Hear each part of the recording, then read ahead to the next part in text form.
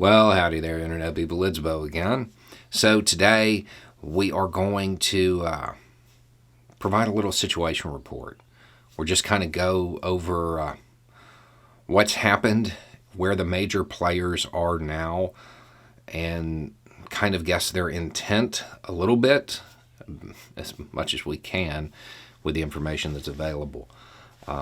If you don't know, if you somehow missed it, Putin did decide to take the route of saying, oh, we're peacekeepers, quote. They're going in to stabilize the regions that are currently held by their proxies, by forces in Ukraine sympathetic or allied to Russia. So that's the stated objective at this point. There are orders that we've seen that have been released. At the same time, Putin, in a speech, used some pretty wild rhetoric.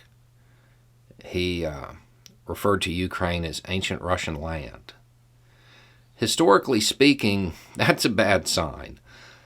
That tends to mean that that leader, especially when something like that is said on the precipice of war, intends to retake that ancient land.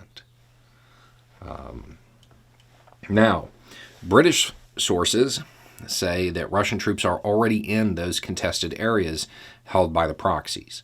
I haven't been able to confirm that anywhere else. But they are either already there or on the way at time of filming. At time of filming, no heavy fighting has broken out yet. Not really. Not like what we can expect to see if things continue on the route they're on. The Ukrainian president has taken the stance that just the actions so far constitute a violation of territorial integrity and sovereignty. He sounds like he's ready to go to war.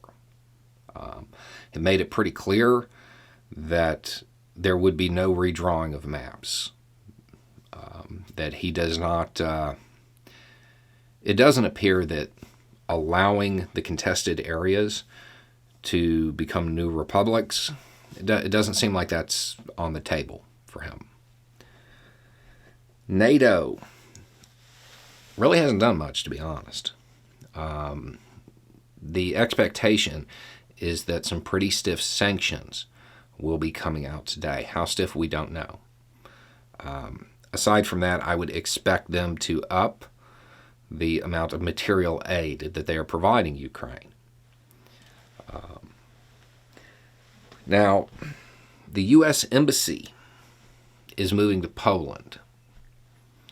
That is a very clear indication that United States intelligence believes that there's a conflict coming and that it is going to be widespread. The U.S. Embassy is to the west. The contested areas, they're a pretty good distance away. And the U.S. Embassy had already been moved a little bit further west. And now they're pulling it out of the country altogether, according to reporting. That definitely indicates that the U.S. believes this is going to spiral. China finally made a statement. And it was exactly what you would expect, considering Chinese foreign policy. It was basically, hey, show restraint, do this diplomatically. Not our problem. I mean, it is kind of the tone of it. They didn't really take a side in it publicly, so that tracks with the rest of Chinese foreign policy, especially in relation to Europe. So, what can Putin do now? He has a few options. One would be to just take the areas that are already controlled by the proxies. Okay? Russian military moves in, helps stabilize those areas that are truly under the proxy control. If they decide to move beyond that, the next stopping point would be to just take those regions. The proxies claim the territory that exists outside what they actually control. The Russian military may assist them in capturing that and then stop. That would be an option as well. The next three are much larger escalations. One would be to push as far as they can. and just go for it and see what happens. The next would be to try to take everything east of the Dnieper River. And then the last would be full-blown, they're going to attempt to take the whole country. U.S. intelligence definitely seems to think that's the goal. The Ukrainian president, I don't think he believes that. Now, as far as what Putin might do, I don't think he's decided. I think at this point, he's kind of playing this pretty loosely, and he's going to be very flexible, because I'm still of the opinion that he's going to try to push as far as he can. I think the goal here, as I've said, was to take as much as he can without a shot. There is the possibility that he is going to misread, and he may already have. But I don't believe that he's decided on a firm course of action yet. His speech was kind of all over the place, and it left a lot of options open that would allow him to claim victory back home.